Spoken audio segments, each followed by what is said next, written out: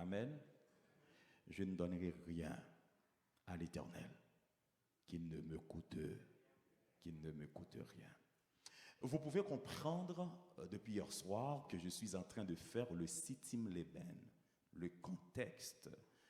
J'essaie de mettre le texte dans son contexte parce que nous avons appris que tout texte pris hors de son contexte ne serait que prétexte. Vous êtes d'accord avec moi? Alors, le thème est tiré dans 2 Samuel chapitre 24, le verset 24, il est vrai, mais depuis hier soir, moi, j'aimerais bien voir avec vous, normalement, le contexte. Hier soir, nous avons vu le dénombrement. Et si vous avez bonne mémoire, nous avons mis en évidence au moins 4 dénombrements dans l'Ancien Testament. Nous avons considéré le comportement de David en mettant en évidence l'orgueil de la vie. Nous avons dit qu'il a connu certainement la convoitise de la chair, il a connu la convoitise des yeux, et dans ce texte, c'était l'orgueil de la vie.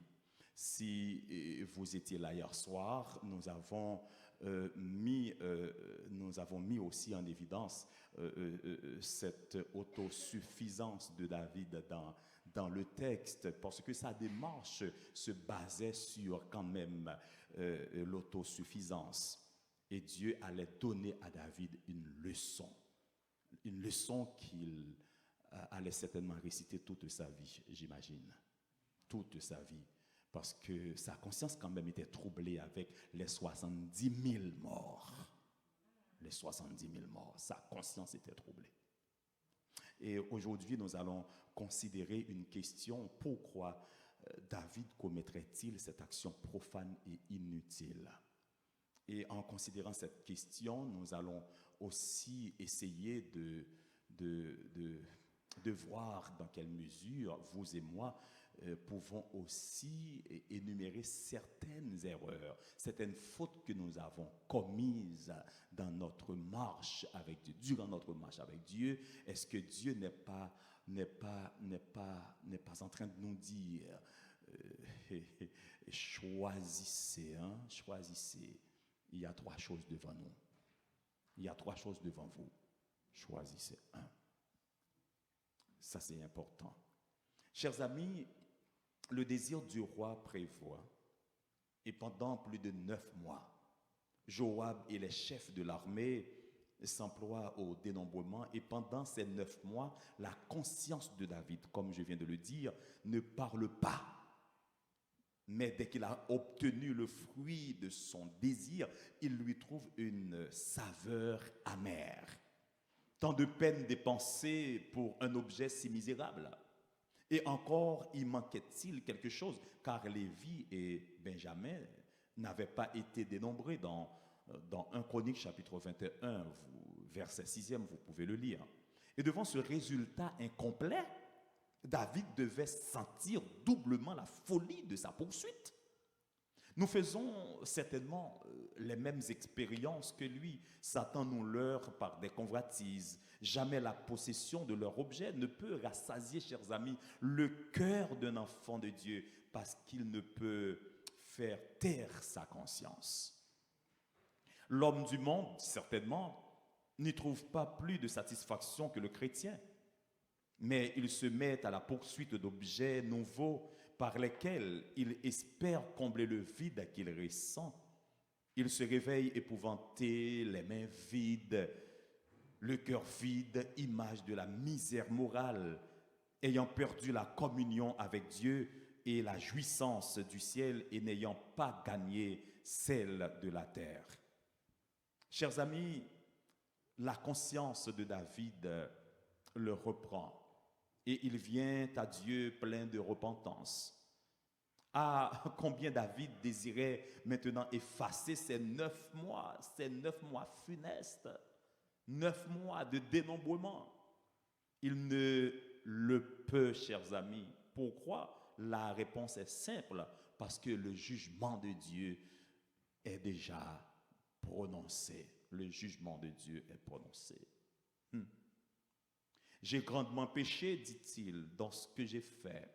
Et maintenant, ô Éternel, fais passer, je te prie, l'iniquité de ton serviteur, car j'ai agi très follement. Comme hier soir, je vous l'avais dit, David ne pouvait pas résister à cette tentation, l'orgueil de la vie.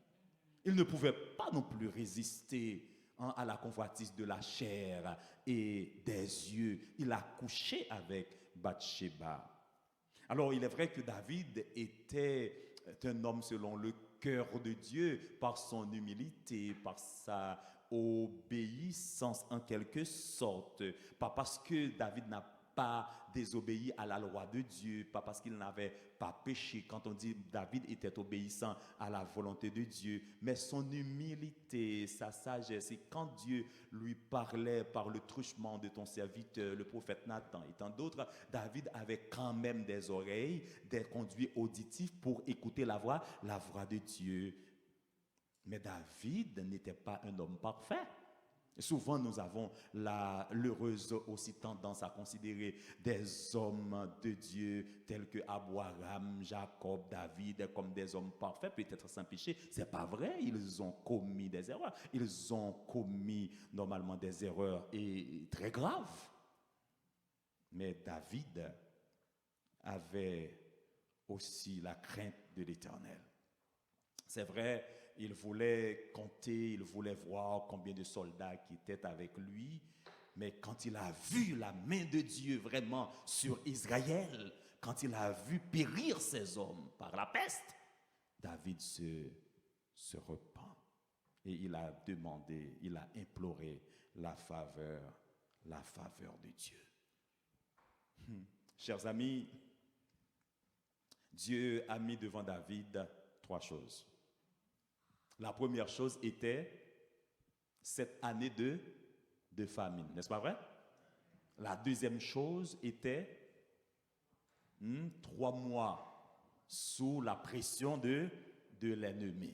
Et la troisième chose, c'était la peste. La première chose, cette année de famine a un aspect quand même naturel, mais quand normalement le naturel vient se trouver sous le jugement de Dieu, le naturel perd son essence pour normalement épouser maintenant la nature, ou du moins c'est l'effet de la nature de Dieu, car Dieu ne peut pas cautionner le péché en aucun cas. Vous êtes d'accord avec moi? Et la deuxième chose, la pression sous l'oppression de l'ennemi, 3 mois, eh bien, David a vite compris qu'il est encore plus, je dirais, bénéfique pour lui de se trouver entre les mains de Dieu que d'être sous l'oppression de l'ennemi. Plutôt en affaire avec bon Dieu ou pas en affaire avec l'homme. Il l'a si bien dit. L'immensité de la grâce de Dieu était en évidence dans le texte. Il en a parlé avec beaucoup d'assurance. Dieu est miséricordieux. Dieu est miséricordieux et il fait grâce toujours aux humbles. Et David croyait qu'il pouvait être encore bénéficiaire de la grâce de Dieu. N'est-ce pas vrai? Il a préféré d'être sous le jugement de Dieu que d'être sous les mains des hommes, chers amis. 3 choses. Et il a choisi la peste. Il a choisi la peste. Chers amis, la peste, c'est une maladie qui se transmet par premièrement, piqûre de puce. On dit que son réservoir est d'origine nombreuse. On parle de rongeurs sauvages, on parle de commensaux comme le rat endémique, on parle aussi de transmission par l'air. D'accord? Il y a plusieurs moyens de transmission. Plusieurs moyens de transmission. Mais la chose qui doit être pour vous normalement importante, ou bien pour découvrir l'essentialité même de cette maladie, dans le contexte de notre texte, chers amis, il faut comprendre ici, ce n'était pas vraiment une maladie contagieuse. C'était pas vraiment la présence des rongeurs. C'était pas vraiment normalement quelque chose qui était dans l'air. Dieu est souverain, n'est-ce pas vrai? D'ailleurs, dans sa providence, il a le contrôle de tout. Vous êtes d'accord avec moi? C'est lui qui a tout créé. Il a tout créé avec la puissance de sa parole. Alors, pour toutes les choses qui ont été créées par la parole de Dieu, vous pouvez rapidement comprendre que ces choses ont besoin seulement de la parole de Dieu que Dieu prononce pour qu'elles agissent en conséquence. Vous êtes d'accord? Et Dieu a agi. Dieu a agi. J'imagine que Dieu se tenait auprès de David ou bien devant David pour dire David, je t'attends, choisis, parce que moi je suis prêt à agir. Et David a préféré la peste, Eh bien, si vous avez lu avec nous le texte d'hier soir et celui d'aujourd'hui par notre sœur, vous pouvez comprendre qu'il y a aussi une grande partie, normalement, du pays qui a été touché par la peste, à cause, normalement, du dénombrement fait par David. Comme je vous l'avais dit hier soir, Dieu a poussé David, Dieu incita David à faire le dénombrement parce que David le voulait déjà. Et comme le peuple était en contravention avec Dieu, alors, c'était une belle occasion. Et David, normalement, allait payer la conséquence. Et moi, je dirais même, David allait payer la conséquence de son inconséquence. Ou la conséquence de l'inconséquence. David allait payer la conséquence. Le texte nous dit, la peste a fait combien de morts? 70 000 morts. Et comme la peste s'étendait sur tout le pays, sauf Jérusalem, selon le texte, parce que quand Dieu voyait que l'ange, normalement, étendait sa main sur Jérusalem, qu'est-ce qu'il a dit? L'Éternel a dit à l'ange, arrête. Et c'est là que je voulais arriver avec vous ce soir. J'ai lu hier soir plusieurs documentaires sur les trois grandes pandémies, les trois grandes pestes que je ne veux pas dire que notre génération, parce que ça date quand même du 6e siècle au 7e siècle. Ça date quand même du 14e siècle. Ça date de 1855, cela veut dire 19e siècle. Albert Camus, peut-être que vous connaissez, a même écrit un roman sur la peste de 1855. D'accord, mais lui, dans son ouvrage, il a donné un traitement. Le traitement, selon Albert Camus, c'était d'aider les uns les autres pour combattre la peste. C'était le plus grand traitement qu'il a donné à cette pandémie. C'est pour dire que, normalement, quand la peste faisait rage à cette époque, il n'y avait pas vraiment de remède. Et en lisant ces commentaires, je ne pouvais pas normalement m'empêcher de penser à notre situation allant de 2020 à 2022, là, 2021, 2022. Le Covid-19, n'est-ce pas vrai? Combien de morts? Nous ne pouvons même pas compter. Est-ce que l'OMS a donné le nombre exact? J'en suis pas sûr. Beaucoup de personnes ont perdu leur vie dans cette pandémie. Et le Covid-19, n'est-ce pas vrai? Le Covid-19. Et le lien que j'aimerais faire avec ça, avec vous ce soir, c'est qu'il s'agisse d'une désobéissance quelque part, qu'il s'agisse d'une méchanceté, qu'il s'agisse d'une erreur, parce qu'il y a plusieurs versions, plusieurs théories, que l'on parle de la théorie du complot, d'une erreur clinique, tout ça. L'important, il y avait vraiment de la pandémie. Et le monde a été touché par cette pandémie. Imagine tout simplement, toi qui es là ce soir, que tu es Jérusalem. Imagine tout simplement que vous êtes Jérusalem. Hein? Imaginez tout simplement que vous êtes Jérusalem. Imaginez tout simplement que nous sommes Jérusalem. Le fait d'être là ce soir, c'est que il est vrai que la pandémie était sur notre tête. Hein? Le fléau était sur notre tête. Et Dieu a dit à la pandémie, écoute, maintenant, tu veux rendre visite à la sœur Jacques, à la sœur Jeanne, à pasteur Sergo, à pasteur Fénel. C'est vrai, ta main est déjà sur cette maison pour faire ce ravage. Arrête, je suis son Dieu. Peux-tu comprendre ça ce soir? Dieu a dit à l'ange, arrête. Ici, c'est la maison de pasteur Sergo. Ici, c'est la maison de la sœur Mikerta. Ici, c'est la maison du comité de l'oratoire. Ici, c'est la maison d'un membre important. Ici, c'est la maison de cette servante qui a reçu de moi une commission, une grande commission, une mission à accomplir dans le monde. Elle n'a pas encore achevé sa course. Arrête. Vous auriez pu vous trouver parmi les morts. Votre nom aurait pu se trouver dans ce registre de morts. Mais vous êtes encore là ce soir. Imaginez tout simplement que le cancer, les maladies qui ravagent le monde, normalement, étaient sur votre chemin. Et puis Dieu a dit, arrête. Dites-moi ce soir, combien vous pourriez payer pour avoir la vie, la guérison, la vie sauve? Vous ne pourriez pas.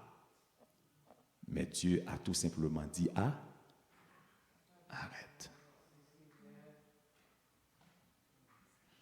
Dieu avait la possibilité de vous exterminer, de vous réduire dans votre autosuffisance. Dieu a fait chemin avec vous. Dieu vous a conduit dans des sentiers de gloires infinies et de bénédictions abondantes.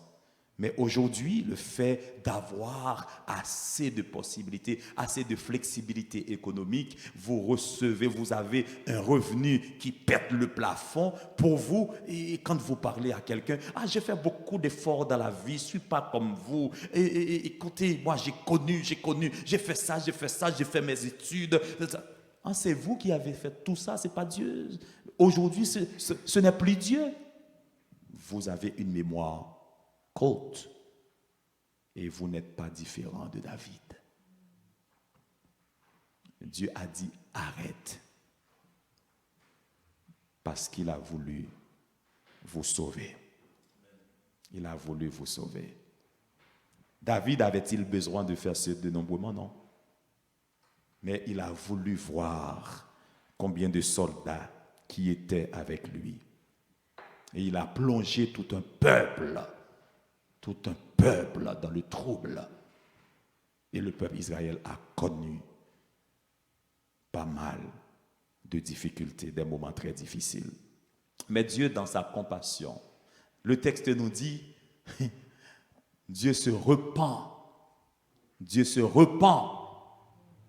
Et il a dit, arrête. Chers amis, chers frères et sœurs dans le Seigneur, il est important de comprendre ce soir que vous devez donner effectivement à Dieu quelque chose de grand prix. Vous devez manifester un sentiment, je dirais, d'indéfectible attachement à Dieu. Vous devez savoir que tout ce que vous avez aujourd'hui, tout vient de Dieu. Vous n'avez rien fait pour ça. Et quand vous avez ces possibilités, même si c'est chaque année, saisissez-la, s'il vous plaît. Saisissez cette possibilité afin de pouvoir manifester vos sentiments de reconnaissance à l'Éternel.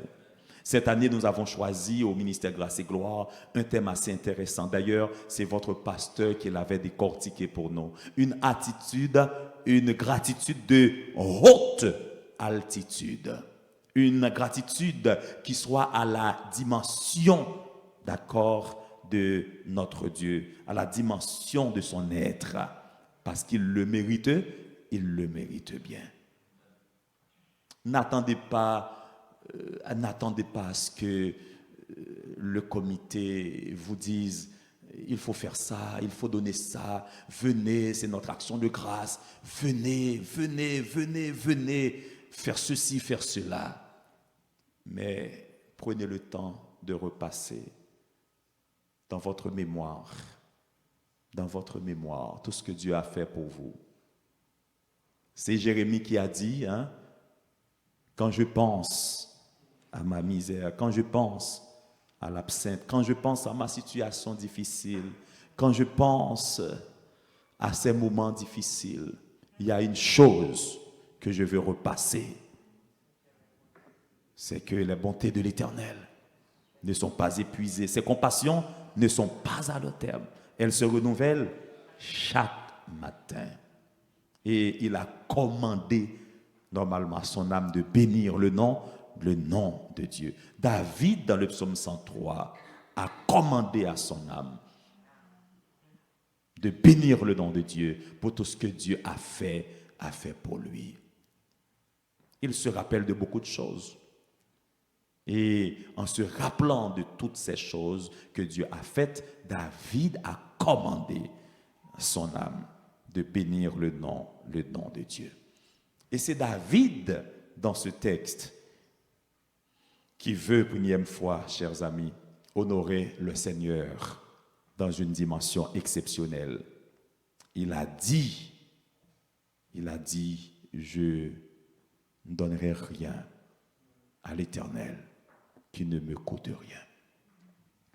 Je vais continuer ce soir avec cette partie, mais permettez que je vous dise, si demain matin, vous mettez $20 dans une enveloppe pour honorer le Seigneur, vous ne comprenez pas le thème. Vous n'êtes pas dans le thème. Pour tout ce que Dieu a fait pour vous, pour le revenu que vous avez aujourd'hui, pour votre portefeuille aujourd'hui là, non, vous ne comprenez pas. Et même si vous mettriez certainement même $1000 dans une enveloppe.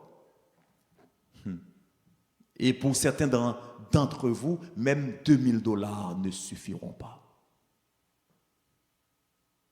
Et peut-être même $10 000 ne suffiront pas. Parce que Dieu a fait pour vous tellement de choses. Si vous voulez même mettre en évidence 10% de tous vos actifs, de tous vos biens pour honorer le Seigneur, je suis certain que le comité de cette église demain n'aura pas assez de temps pour compter, pour voir la dimension de votre reconnaissance envers l'Éternel. Si vous comprenez que vous ne devez jamais donner à Dieu quelque chose qui ne coûte rien. Dieu vous a épargné de beaucoup de choses. Dieu a préservé votre vie de beaucoup d'accidents. Dieu a préservé votre vie de la chute. Dieu vous a guéri de beaucoup de maladies. Dieu a préservé vos yeux de beaucoup de choses. Dieu a préservé vos oreilles de beaucoup de mauvaises nouvelles. Dieu vous a donné la paix. Dieu vous a donné la tranquillité d'esprit. Nous vivons, chers amis, dans un monde où l'anxiété continue à faire rage. C'est pas normal que des gens qui ont un bon salaire, un bon revenu, continuent à se plaindre, même en dépit du fait, chers amis, qu'ils ont un bon salaire, qu'ils ont un bon travail. Moi, je suis très étonné de voir ça. Quotidiennement, je parle à des hommes et des femmes, puis ils se plaignent tellement de ce qui se passe, de leur vie, de leur, je dirais, insatisfaction. On dirait que tout le monde devient insatiable dans ce monde. Et pourtant, vous avez la joie de vivre avec le peu que vous avez. C'est une grâce, chers amis.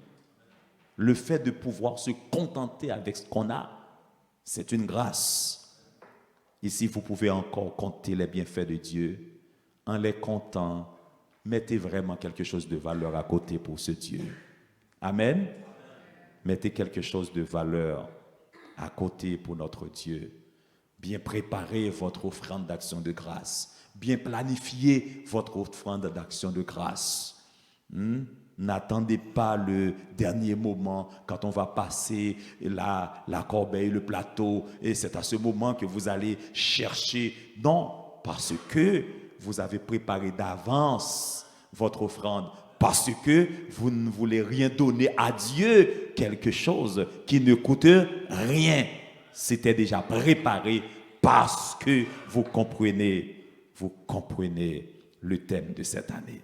Mes très chers amis, si vous avez l'habitude de faire quelques dénombrements dans votre vie pour compter vos alliés, les membres de votre famille qui sont avec vous, vos collègues de travail, si vous saviez compter les gens qui sont à l'église et qui sont avec vous, qui sont à votre côté hier soir, vous avez appris qu'il faut cesser de faire ça parce que vous avez tout simplement besoin de Dieu premièrement et lui, il s'occupe du reste. Vous êtes d'accord avec moi? Et il a dit à Gédéon, c'est avec ces 300 hommes que tu vas combattre.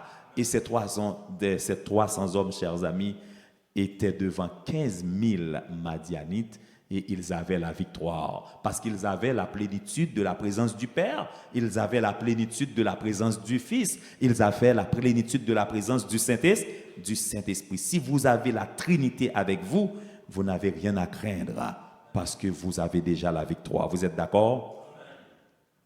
Vous avez commis pas mal d'erreurs, comme moi, comme David, mais Dieu vous a fait grâce.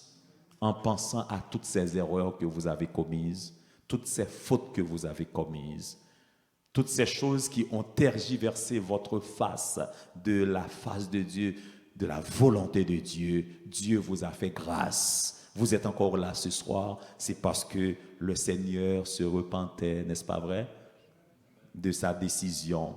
Il vous avait grâce, chers amis, et vous avez ce soir la responsabilité de comprendre que vous devez donner à Dieu quelque chose de valeur. Quelque chose de valeur. À combien de personnes avez-vous causé, chers amis, je dirais du mal, mais Dieu vous a pardonné, Dieu vous a fait grâce. En retour, vous devez lui dire merci et lui manifester votre reconnaissance dans une nouvelle dimension. Mes très chers frères et sœurs, chers amis, il est important de comprendre que le Seigneur, l'éternel Dieu, qui a fait grâce à David, est le même hier, je l'avais dit, aujourd'hui et éternellement. Il ne change pas. Mais il veut aussi de vous un geste comme celui de David. David a dit, je ne donnerai rien à l'Éternel qui ne me coûte rien. Il a dit au propriétaire de cette terre, de cette ère, je vais tout acheter. Non, je ne veux pas un cadeau, un don de toi. Mon Dieu est vivant. Et je vais acheter avec de l'argent. Et il a acheté cette ère pour 50 cycles d'argent. Beaucoup d'argent. À cette époque, 50 cycles d'argent étaient beaucoup d'argent. Parce que David voulait apaiser la colère de Dieu. Peut-être vous vous dites, pasteur, moi, j'ai pas péché cette période. Pasteur, j'ai rien fait cette période. Pasteur, écoute, ça fait des années là, je me repens de tout. Demandez au pasteur, je suis un membre de l'église très discipliné. Mon nom n'est jamais cité dans quelque chose de louche. Oui, c'est vrai. Mais l'apôtre Paul te dirait, mon ami, quand tous sont péchés, sont privés de la gloire de Dieu. Ce que vous êtes, tout ce que vous avez, tout ce que vous pouvez, C'est une grâce. Et l'apôtre Paul a dit, j'ai reçu tout de Dieu.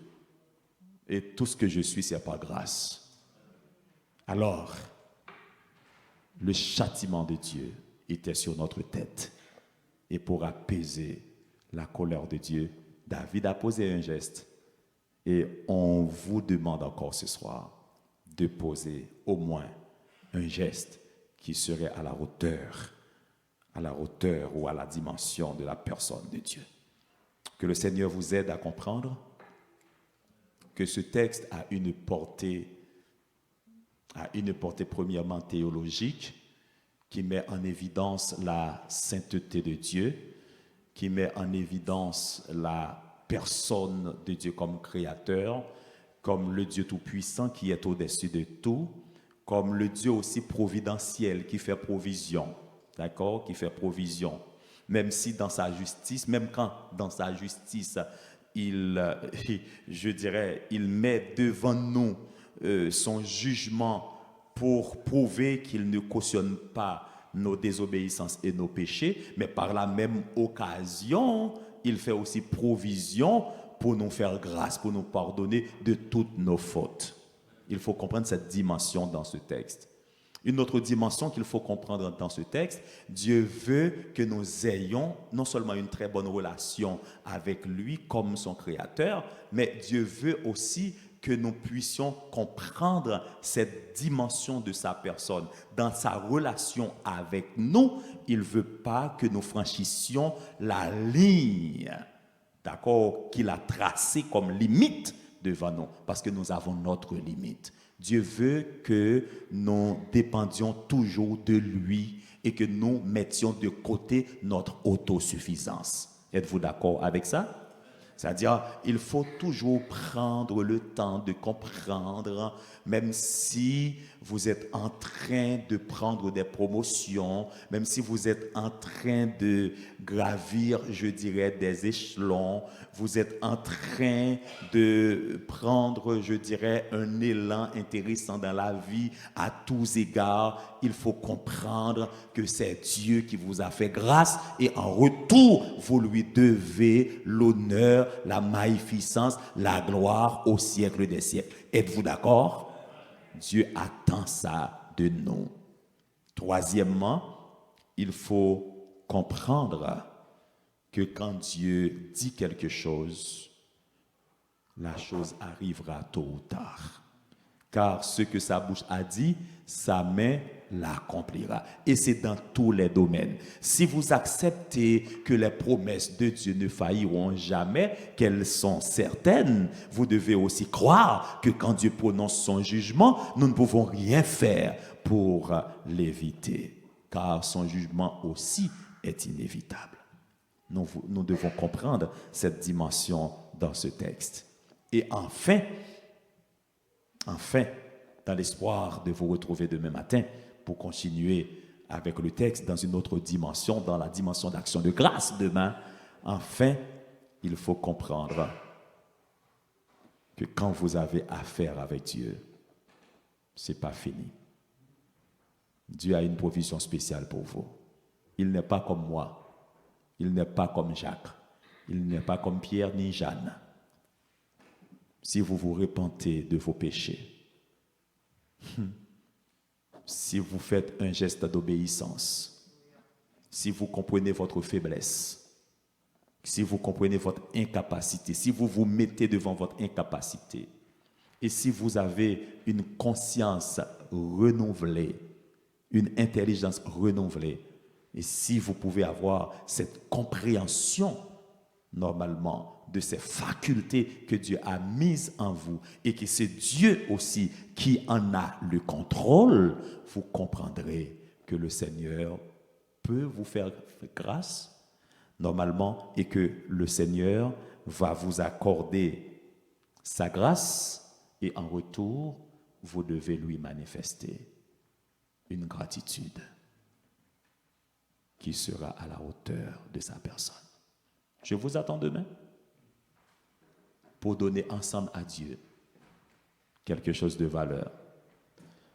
J'aurais bien aimé demain matin, sans passer un ordre, que le geste d'action de grâce, l'offrande d'action de grâce, soit faite après la prédication. J'aurais bien aimé ça, pour que toute l'assemblée puisse écouter le message et comprendre l'urgence de donner à Dieu une offrande de grande valeur.